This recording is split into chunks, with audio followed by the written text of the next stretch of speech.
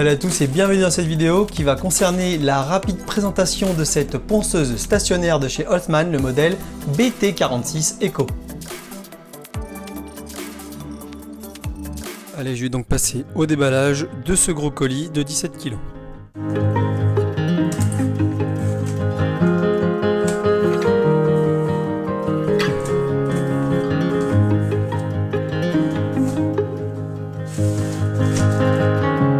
Alors avant de l'ouvrir, regardons un peu ce qu'il y a sur l'emballage. Donc on voit une photo du produit. Il est indiqué qu'il y a donc une bande de ponçage, donc celle-ci. Il y a également un disque de ponçage fourni. Donc par contre c'est pas indiqué le grain de chacun des éléments. Qu'il y a également un guide d'onglet et qu'il y a également deux clés Allen. Sur ce côté-ci, on y retrouve des indications techniques. Là, ici, on y retrouve l'indication sur la largeur et longueur de la bande abrasive. Ici, le diamètre du disque abrasif, la vitesse de rotation du moteur, la puissance du moteur, la tension et la fréquence, ainsi que les dimensions de la table sur laquelle se trouve le guide d'onglet. Donc, il y a également l'indication comme quoi la table est inclinable de 0 jusqu'à 90 degrés.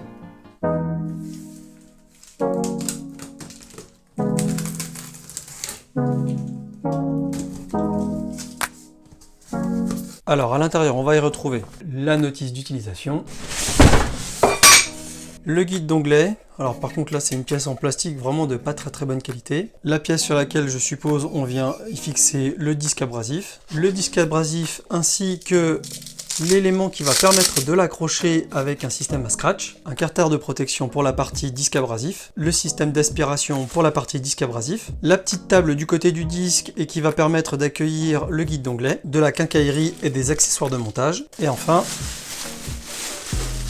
la ponceuse. Donc là ce qu'on peut voir tout de suite c'est que la bande abrasive elle est déjà prémontée et donc de ce que je comprends il reste la partie disque plus table à monter pour qu'elle soit complète.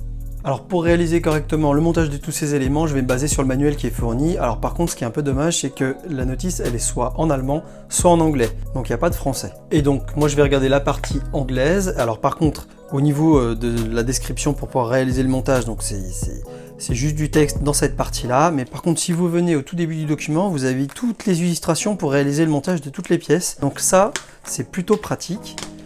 Et donc ça permet de vous aider sans avoir à traduire du texte. Dans tous les cas, cette vidéo va vous présenter comment on monte toutes les pièces. Alors comme d'habitude, je vous invite sincèrement à vous organiser correctement et à étaler toutes les pièces qui sont fournies dans tous les petits sachets, de trier toutes les petites vis par taille et par modèle, afin de pouvoir vous organiser au mieux pour pouvoir réaliser le montage des différentes pièces.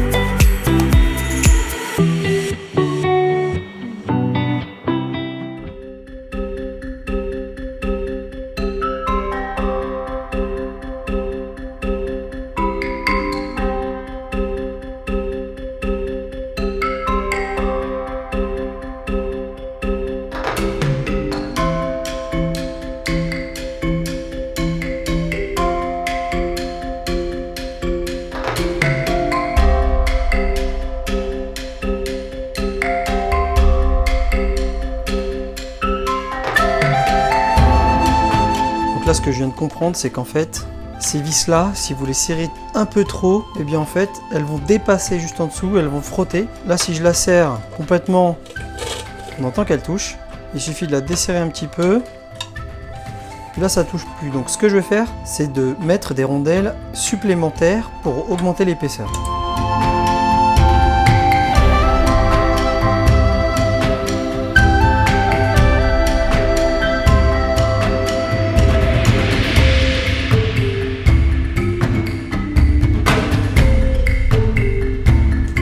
Et donc là, il n'y a aucun frottement.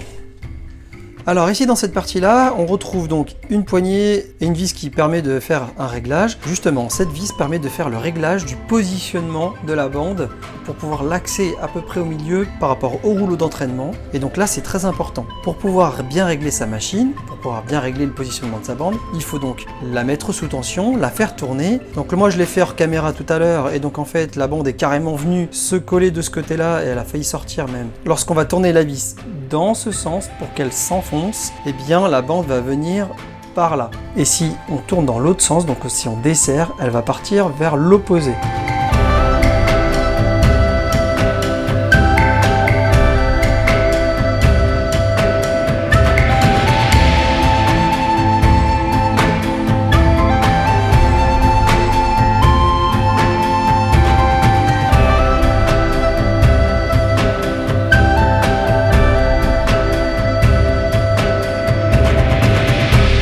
Ici, on va donc retrouver une manette et cette manette va donc servir à détendre complètement la bande. Donc là, on peut le voir. Voilà, ça détend la bande. Alors ça sert vraiment dans le cas où vous devez faire le remplacement de la bande. Et donc pour réaliser le remplacement, cela se fait en plusieurs étapes. Alors je ne vais pas le faire dans cette vidéo, mais je vais vous expliquer quels sont les éléments à retirer pour pouvoir le faire. Alors pour réaliser le remplacement de la bande, il va falloir retirer le capot inférieur et la partie arrière. Donc pour cela, il faudra démonter cette vis là, cette vis là, cette vis là, cette vis là, les deux vis qui se trouvent ici, ainsi que la grosse vis de cette partie là. Une fois que vous avez retiré toutes les vis, vous allez donc pouvoir retirer tous ces éléments en une seule pièce. Et après, en détendant la bande avec la poignée, vous allez donc pouvoir la coulisser et donc après réaliser le remplacement. Alors regardons maintenant un peu la quantité de bruit que génère cette machine.